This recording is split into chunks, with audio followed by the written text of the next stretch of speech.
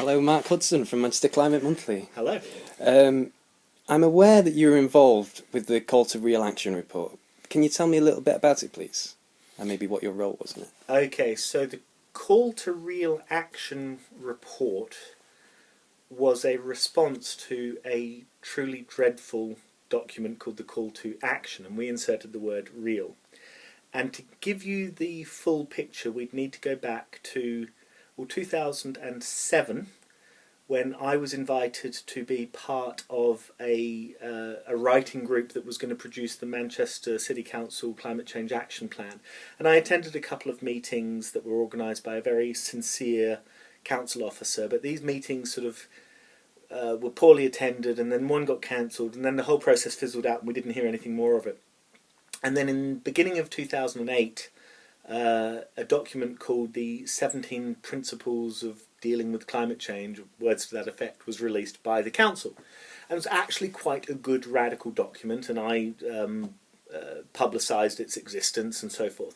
And one of the promises in that was that by the end of that year, which was 2008, there would be a climate strategy. It would have been written. We set up Manchester Climate Fortnightly, as it then was, in July of 2008, and one of our early stories was, well, what's happened to the climate strategy? It's promised, but nothing seems to be going on. And we phoned up the council, and they said, oh, well, the plans have changed, blah, blah, blah, blah. And then, in the beginning of 2009, in January, this call to action document was unleashed on the world, and it had been not done in-house. I think the council had realised they didn't have the expertise in-house, and they hired a London-based consultancy called Beyond Green, or as we labelled them, Beyond Parody, to write what's called a desktop study, where they didn't actually go out and talk to people in Manchester.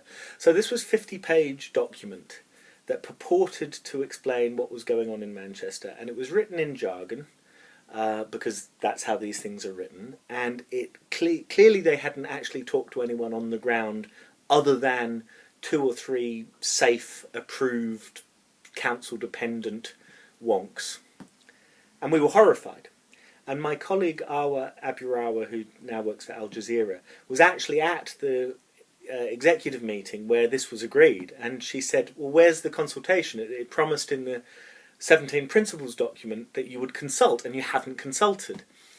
And Arbor and I wrote some articles denouncing this lack of consultation and this sort of dreadfulness of this document. But pretty quickly we realised, well, do it yourself. If you're that bothered that there's this crap document, then put up or shut up. So we met on, and I can remember this, it was Valentine's Day in 2009 at Nexus Art Cafe, and there were about 8 or 10 of us, and we decided that we would divide responsibility for different aspects of the document. There's food, transport, energy, democracy, aviation was in there, and people would go away, form little writing groups, and then the document would be stitched together. And we set ourselves a completely insane target, which was, I think, the 6th of April.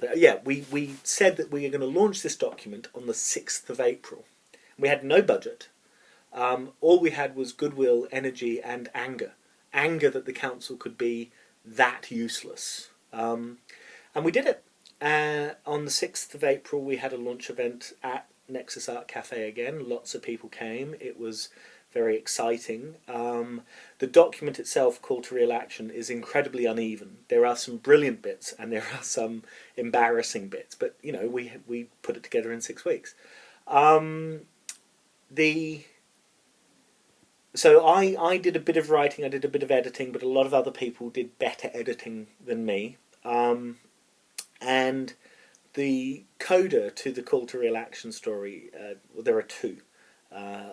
One, we attended the first meeting of this thing called the Environmental Advisory Panel that the council had set up, probably in response to a suggestion from me, but they never admitted it, and they never do, really. And I'd rarely met Richard Leese before then. I think I'd only met him once or twice. And I came to that meeting and he was there, and I was brandishing a copy of Call to Real Action. And I came up to him and I said, I don't know if you've heard about this document, but here's a copy for you. And he looked at it and he looked at me and he said, but that's what we're here to discuss. And the first meeting of the Environmental Advisory Panel was based on the existence of the Call to Real Action report and what it could offer to Council. And I'm going to answer perhaps your next question, which is why they did that, whereas in previous years the door had been firmly shut. And I am firmly convinced, on reasonably good evidence, that climate change had been something that they had been able to kick into the long grass. They didn't have the internal expertise, etc., etc. But Richard Leese said that he was going to the Copenhagen conference in December 2009, and he was going to have a completed climate strategy for Manchester. So this was an unmovable deadline. And if you counted back, you had to have it completed by October for it to go through the democratic processes in order for him to be able to be clutching it when he went to Copenhagen. They realised they didn't have the resources and the expertise in-house. And what they ended up doing was adopting the methodology of different working groups that were then stitched together.